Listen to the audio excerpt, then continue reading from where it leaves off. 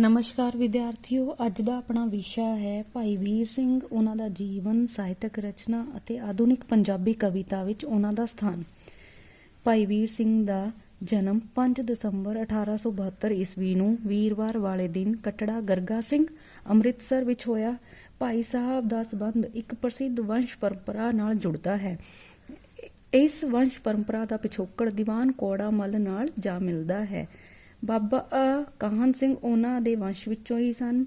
ਬਾਬਾ ਕਾਹਨ ਸਿੰਘ ਦੇ ਪੁੱਤਰ ਡਾਕਟਰ ਚਰਨ ਸਿੰਘ ਸਨ, ਜਿਨ੍ਹਾਂ ਦੇ ਘਰ ਭਾਈ ਵੀਰ ਸਿੰਘ ਦਾ ਜਨਮ ਹੋਇਆ। ਇਸ ਪ੍ਰਕਾਰ ਬਾਬਾ ਕਾਹਨ ਸਿੰਘ ਭਾਈ ਸਾਹਿਬ ਦੇ ਦਾਦਾ ਸਨ। ਭਾਈ ਵੀਰ ਸਿੰਘ ਦੇ ਨਾਨਾ ਦਾ ਨਾਮ ਗਿਆਨੀ ਹਜ਼ਾਰਾ ਸਿੰਘ ਅਤੇ ਮਾਤਾ ਦਾ ਨਾਮ ਉੱਤਮ ਕੌਰ ਸੀ। ਗਿਆਨੀ ਜੀ ਕਲਾਸਕੀ ਭਾਸ਼ਾਵਾਂ ਅਤੇ ਸਾਹਿਤ ਦੇ ਵਿਦਵਾਨ ਸਨ। ਇਸ ਘਰਾਣੇ ਵਿੱਚ ਵੀ ਧਾਰਮਿਕ ਵਾਯੂਮੰਡਲ ਪ੍ਰਧਾਨ ਸੀ। ਇਸ ਦਾ ਪ੍ਰਭਾਵ ਵੀ ਭਾਈ ਸਾਹਿਬ ਦੇ ਜੀਵਨ ਅਤੇ ਸ਼ਖਸੀਅਤ ਉੱਤੇ ਪੈਂਦਾ ਹੈ। ਆਪ ਦੇ ਪਿਤਾ ਡਾਕਟਰ ਚਰਨ ਸਿੰਘ ਵੀ ਬ੍ਰਿਜੀ ਦੇ ਇੱਕ ਚੰਗੇ ਵਿਦਵਾਨ ਸਨ। ਇਸ ਪ੍ਰਕਾਰ ਉੱਪਰ ਦਿੱਤੇ ਸੰਖੇਪ ਵੇਰਵੇ ਤੋਂ ਭਾਈ ਸਾਹਿਬ ਦੇ ਜੀਵਨ ਬਾਰੇ ਪਹਿਲੀ ਗੱਲ ਜਿਹੜੀ ਸਾਫ਼ ਹੁੰਦੀ ਹੈ ਉਹ ਇਹ ਹੈ ਕਿ ਆਪ ਦਾ ਜਨਮ ਇੱਕ ਗੁਰਮੁਖ ਪਰਿਵਾਰ ਵਿੱਚ ਹੋਇਆ, ਜਿੱਥੇ ਸਦਾਚਾਰਕ ਅਤੇ ਸਾਹਿਤਕ ਰੁਚੀਆਂ ਦੀ ਪ੍ਰਮੁੱਖਤਾ ਸੀ।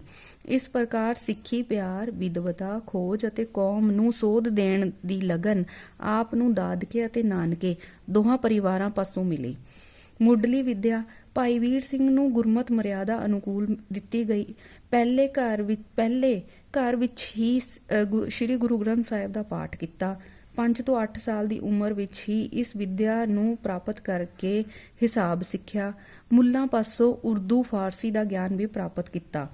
8 ਸਾਲ ਦੀ ਉਮਰ ਤੋਂ ਬਾਅਦ ਭਾਈ ਸਾਹਿਬ ਨੂੰ ਮਿਸ਼ਨ ਸਕੂਲ ਅੰਮ੍ਰਿਤਸਰ ਵਿੱਚ ਪਾਇਆ ਗਿਆ। 1899 ਈਸਵੀ ਵਿੱਚ ਆਪ ਨੇ ਮਿਡਲ ਅਤੇ 1891 ਵਿੱਚ ਐਂਟਰੈਂਸ ਦੀਆਂ ਪ੍ਰੀਖਿਆਵਾਂ ਪਾਸ ਕੀਤੀਆਂ।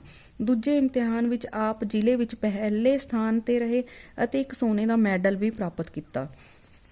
17 ਸਾਲ ਦੀ ਉਮਰ ਵਿੱਚ 1899 ਈਸਵੀ ਨੂੰ ਆਪ ਦਾ ਵਿਆਹ ਕਰ ਦਿੱਤਾ ਗਿਆ। ਮੈਟ੍ਰਿਕ ਪਾਸ ਕਰਦਿਆਂ ਸਾਰ ਭਾਈ ਵੀਰ ਸਿੰਘ ਨੂੰ ਨਾਇਬ ਤਹਿਸੀਲਦਾਰ ਦੀ ਸਰਕਾਰੀ ਨੌਕਰੀ ਪੇਸ਼ ਕੀਤੀ ਗਈ, ਪਰ ਆਪ ਆਪਣੇ ਟੀਚੇ ਵਿੱਚ ਸਪਸ਼ਟ ਸਨ। ਆਪ ਆਜ਼ਾਦ ਹੋ ਕੇ ਕੌਮ ਦੀ ਸੇਵਾ ਕਰਨ ਦੇ ਚਾਹਵਾਨ ਸੀ। ਇਸ ਕਾਰਨ ਇਸ ਨੌਕਰੀ ਦੀ ਪਰਵਾਹ ਨਾ ਕਰਕੇ ਆਪ ਨੇ 1891 ਵਿੱਚ ਵਜ਼ੀਰ ਹਿੰਦ ਨਾਮ ਦਾ ਪ੍ਰੈਸ ਲਾਇਆ। ਇਹ ਪ੍ਰੈਸ ਭਾਈ ਵਜ਼ੀਰ ਸਿੰਘ ਨਾਲ ਮਿਲ ਕੇ ਲਾਇਆ ਗਿਆ।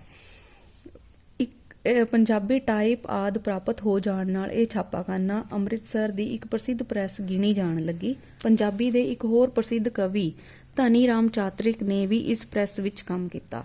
1894 ਈਸਵੀ ਵਿੱਚ ਭਾਈ ਵੀਰ ਸਿੰਘ ਨੇ ਆਪਣੇ ਇੱਕ ਮਿੱਤਰ ਸਰਦਾਰ ਕੌਰ ਸਿੰਘ ਧੂਪੀਏ ਨਾਲ ਰਲ ਕੇ ਖਾਲਸਾ ਟਰੈਕਟ ਸੁਸਾਇਟੀ ਦੀ ਨੀਂਹ ਰੱਖੀ। ਇਹ ਸੁਸਾਇਟੀ ਸਿੰਘ ਸਭਾ ਲਹਿਰ ਦੀ ਦੇਣ ਸੀ। ਭਾਈ ਸਾਹਿਬ ਦਾ ਸਮੁੱਚਾ ਸਾਹਿਤ ਸਿੰਘ ਸਭਾ ਲਹਿਰ ਦੀ ਹੀ ਦੇਣ ਹੈ। ਇਸ ਕਥਨ ਦੀ ਪੁਸ਼ਟੀ ਖਾਲਸਾ ਟਰੈਕਟ ਸੁਸਾਇਟੀ ਦੀ ਲੜੀ ਅਧੀਨ ਲਿਖੇ ਟਰੈਕਟ ਹਨ। ਇਸ ਸੁਤੰਤਰਤਾ ਦੀ ਭਾਵਨਾ ਕਾਰਨ ਹੀ 1908 ਈਸਵੀ ਵਿੱਚ ਦੀ ਪੰਜਾਬ ਐਂਡ ਸਿੰਧ ਬੈਂਕ ਦੀ ਸਥਾਪਨਾ ਕੀਤੀ ਗਈ। 1947 ਨੂੰ ਦੇਸ਼ ਆਜ਼ਾਦ ਹੋਇਆ। 1942 ਵਿੱਚ ਆਪ ਨੂੰ ਸਰਕਾਰ ਨੇ doctor of oriental learning the degree ਨਾਲ ਸਨਮਾਨਿਆ। ਇਸੇ ਪ੍ਰਕਾਰ ਆਪ ਨੂੰ ਪੰਜਾਬ ਵਿਧਾਨ ਪਰਿਸ਼ਦ ਦਾ ਮੈਂਬਰ ਬਣਾਇਆ ਗਿਆ, ਤਾਂ ਜੋ ਆਪ ਦੀ ਵਿਦਵਤਾ, ਸੂਝ ਅਤੇ ਦੇਸ਼ ਭਗਤੀ ਤੋਂ ਕੌਮ ਨੂੰ ਲਾਭ ਪ੍ਰਾਪਤ ਹੋ ਸਕੇ। 1953 ਈਸਵੀ ਵਿੱਚ ਆਪ ਦੀ ਪੁਸਤਕ ਮੇਰੇ ਸਾਈਆਂ ਜੀਓ ਨੂੰ ਭਾਰਤੀ ਸਾਹਿਤ ਅਕੈਡਮੀ ਵੱਲੋਂ ਸਨਮਾਨਿਆ ਗਿਆ ਅਤੇ 5000 ਰੁਪਏ ਦਾ ਇਨਾਮ ਦਿੱਤਾ ਗਿਆ।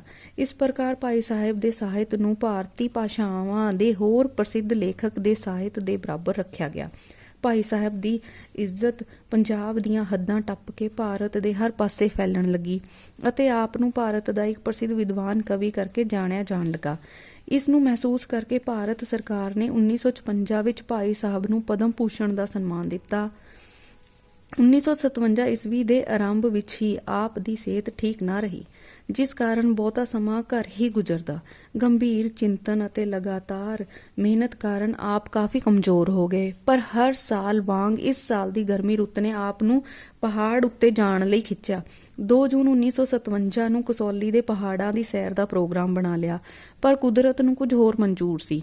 ਕਸੌਲੀ ਜਾਣ ਤੋਂ ਇੱਕ ਦਿਨ ਪਹਿਲਾਂ ਭਾਵ 1 ਜੂਨ 1957 ਨੂੰ ਬੁਖਾਰ ਚੜ੍ਹਿਆ, ਜਿਸ ਕਾਰਨ ਆਪ 10 ਜੂਨ 1957 ਨੂੰ ਚਲਾਣਾ ਕਰ ਗਏ।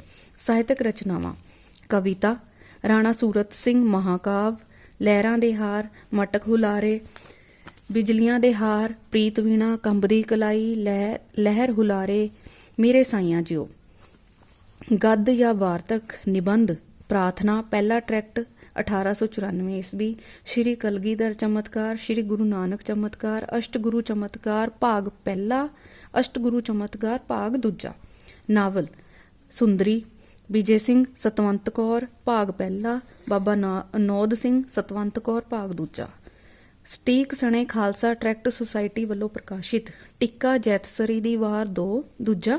ਕਵਿਤ ਭਾਈ ਗੁਰਦਾਸ ਸਟੀਕ, ਸੰਥਿਆ ਸ਼੍ਰੀ ਗੁਰੂ ਗ੍ਰੰਥ ਸਾਹਿਬ, ਸ਼ਲੋਕ ਸੰਸਕ੍ਰਿਤੀ 2 ਭਾਗ, ਜਪਜੀ ਸਾਹਿਬ ਟੀਕਾ। ਕੀਰਤਨ ਸੋਲਾ, ਸਿੱਧ ਗੋਸ਼ਟ ਨਾਟਕ ਰਾਜਾ ਲਖਦਾਤਾ ਸਿੰਘ 1910 ਈਸਵੀ। ਕੋਸ਼, ਅਨੁਵਾਦ, ਸੰਪਾਦਨਾ ਆਦਿ। ਭਰਥਰੀ ਜੀਵਨ ਤੇ ਨੀਤੀ। ਭਾਈ ਸਾਹਿਬ ਦਾ ਜੀਵਨ ਅਤੇ ਸਾਹਿਤ ਇਹ ਦੱਸਦਾ ਹੈ ਕਿ ਭਾਈ ਸਾਹਿਬ ਇੱਕ ਮਨੋਹਰ ਸ਼ਖਸੀਅਤ ਦੇ ਸਵਾਮੀ ਸਨ। ਉਹਨਾਂ ਦੇ ਸਾਹਿਤ ਦਾ ਅਧਿਐਨ ਇਹ ਦੱਸਦਾ ਹੈ ਕਿ ਉਹ ਸੱਭਿਅ ਵਿਅਕਤੀਤਵ ਦੇ ਮਾਲਕ ਸਨ। ਭਾਈ ਵੀਰ ਸਿੰਘ ਨੂੰ ਕੁਦਰਤ ਅਤੇ ਸੰਗੀਤ ਨਾਲ ਬਹੁਤ ਪਿਆਰ ਸੀ। ਇਹ ਦੋਵੇਂ ਪਿਆਰ ਭਾਈ ਸਾਹਿਬ ਦੀ ਕਵਿਤਾ ਵਿੱਚੋਂ ਮਹਿਸੂਸ ਹੁੰਦੇ ਹਨ। ਜਿੱਥੋਂ ਤੱਕ ਕੁਦਰਤ ਦਾ ਪ੍ਰਸ਼ਨ ਹੈ, ਭਾਈ ਸਾਹਿਬ ਨੂੰ ਪੰਜਾਬੀ ਭਾਸ਼ਾ ਦਾ ਇੱਕ ਵੱਡਾ ਕੁਦਰਤ ਕਵੀ ਕਰਕੇ ਜਾਣਿਆ ਜਾਂਦਾ ਹੈ। ਸੰਗੀਤ ਆਪ ਦੀ ਕਵਿਤਾ ਦੀ ਇੱਕ ਰੂਹ ਹੈ। ਇਸ ਲਈ ਝਰਨਿਆਂ, ਦਰਿਆਵਾਂ ਆਦਿ ਦਾ ਜ਼ਿਕਰ ਕਰਦਿਆਂ ਇਸ ਤਰ੍ਹਾਂ ਮਹਿਸੂਸ ਹੁੰਦਾ ਹੈ ਜਿਵੇਂ ਕਵੀ ਸੰਗੀਤ ਦੀਆਂ ਸੁਰਾਂ ਛੇੜ ਰਿਹਾ ਹੋਵੇ। ਇਸ ਲਈ ਕਈ ਵਾਰੀ ਇਸ ਪ੍ਰਕਾਰ ਦੀ ਅਭਿਵਿਅਕਤੀ ਪਾਠਕ ਨੂੰ ਵਿਸਮਾਦ ਦੀ ਅਵਸਥਾ ਵਿੱਚ ਲੈ ਜਾਂਦੀ ਹੈ। ਕੁਦਰਤ ਦੀ ਅਪਾਰ ਸ਼ਕਤੀ ਨੂੰ ਕਵੀ ਮਹਿਸੂਸ ਕਰਦਾ ਹੈ, ਇਸ ਲਈ ਉਸਨੇ ਕਾਦਰ ਦੀ ਭਾਲ ਕੁਦਰਤ ਵਿੱਚ ਕੀਤੀ।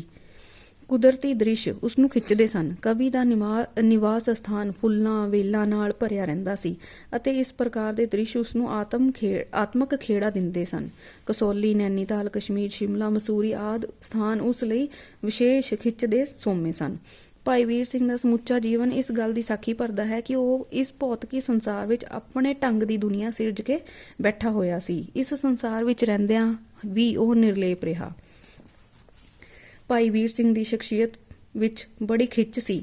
ਇਸ ਖਿੱਚ ਦਾ ਕਾਰਨ ਬਾਹਰਲੀ ਅਤੇ ਅੰਦਰਲੀ ਸੁੰਦਰਤਾ ਦਾ ਮੇਲ ਹੈ। ਭਾਈ ਸਾਹਿਬ ਪਾਸ ਇੱਕ ਦੈਵੀ ਮਨ ਜਿਹੜਾ ਹਰ ਵੇਲੇ ਚੰਗਿਆਈ ਸੋਚਦਾ, ਚੰਗਿਆਈ ਕਰਨ ਲਈ ਲੋਕਾਂ ਨੂੰ ਪ੍ਰੇਰਦਾ ਅਤੇ ਆਪ ਚੰਗਿਆਈ ਕਰਦਾ।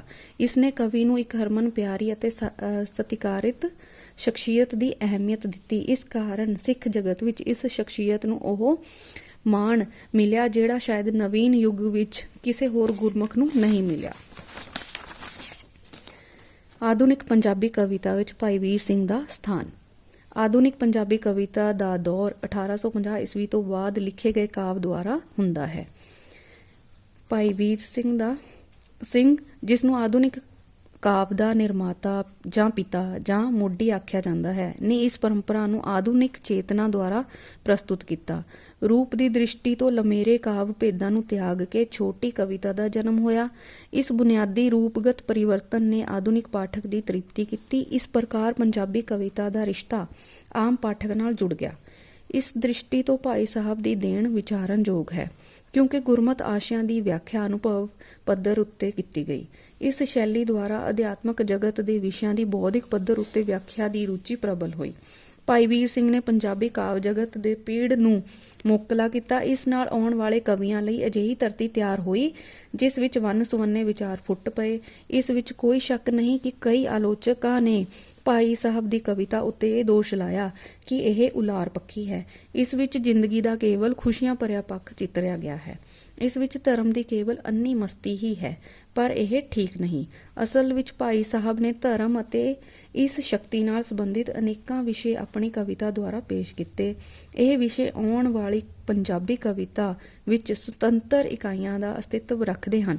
ਪ੍ਰੋਫੈਸਰ ਮੋਹਨ ਸਿੰਘ, ਬਾਬਾ ਬਲਵੰਤ, ਪ੍ਰੀਤਮ ਸਿੰਘ ਸਫੀਰ, ਅਮਰਤਾ ਪ੍ਰੀਤਮ ਆਦਿ ਕਵੀਆਂ ਨੇ ਧਰਮ ਬਾਰੇ ਆਪਣੇ ਦ੍ਰਿਸ਼ਟੀਕੋਣ ਤੋਂ ਲਿਖਿਆ, ਪਰ ਇਸ ਗੱਲ ਤੋਂ ਕੋਈ ਇਨਕਾਰ ਨਹੀਂ ਕਰ ਸਕਦਾ ਕਿ ਧਰਮ ਪੰਜਾਬੀਆਂ ਦੇ ਜੀਵਨ ਦੀ ਇੱਕ ਮਹਾਨ ਸ਼ਕਤੀ ਹੈ।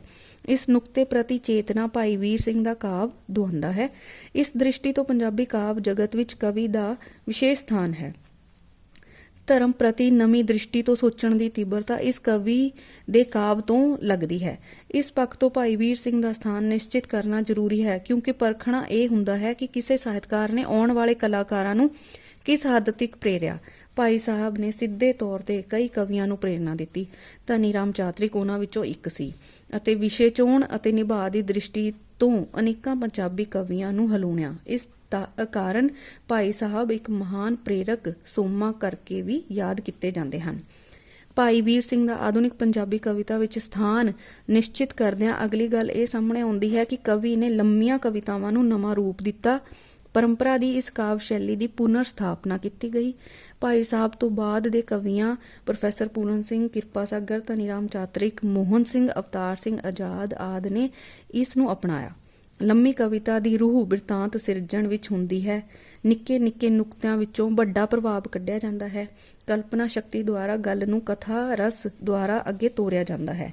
ਭਾਈ ਸਾਹਿਬ ਨੇ ਇਸ ਵਿੱਚ ਵੀ ਆਪਣੀ ਕਲਾ ਦਾ ਪ੍ਰਗਟਾਵਾ ਕੀਤਾ। ਮਹਾਕਾਵਿ ਰਾਣਾ ਸੂਰਤ ਸਿੰਘ, ਗੁਲਾਬ ਦਾ ਫੁੱਲ ਆਦਿ ਕਵਿਤਾਵਾਂ ਵਿੱਚ ਕਲਾਤਮਕ ਪ੍ਰਾਪਤੀਆਂ ਹਨ ਜਿਸ ਤੋਂ ਅੱਜ ਦਾ ਪੰਜਾਬੀ ਪਾਠਕ ਵੀ ਕਿੱਲਿਆ ਜਾਂਦਾ ਹੈ। ਇਹਨਾਂ ਕਵਿਤਾਵਾਂ ਬਾਰੇ ਦੂਜੀ ਗੱਲ ਜਿਹੜੀ ਸਾਹਮਣੇ ਆਉਂਦੀ ਹੈ ਉਹ ਇਹ ਹੈ ਕਿ ਭਾਈ ਸਾਹਿਬ ਦੀ ਦ੍ਰਿਸ਼ਟੀ ਵਿੱਚ ਕਵਿਤਾ ਦਾ ਅਸਲ ਪ੍ਰਯੋਜਨ ਮਨ ਪਰਚਾਵਾ ਨਹੀਂ, ਸਗੋਂ ਕਾਵਿ ਬੁਨਿਆਦੀ ਤੌਰ ਤੇ ਦਰਸ਼ਨ ਦੀ ਇੱਕ ਸ਼ਾਖ ਹੈ। ਇਸ ਲਈ ਇਹਨਾਂ ਕਵਿਤਾਵਾਂ ਵਿੱਚ ਕਵੀ ਨੇ ਦਾਰਸ਼ਨਿਕ ਵਿਸ਼ਿਆਂ ਨੂੰ ਚੁਣ ਕੇ ਉਹਨਾਂ ਦਾ ਸਮਾਧਾਨ ਕੀਤਾ। ਗੰਭੀਰ ਪੱਧਰ ਦੀ ਕਵਿਤਾ ਦੀ ਇੱਕ ਪਰੰਪਰਾ ਤੁਰ ਪਈ।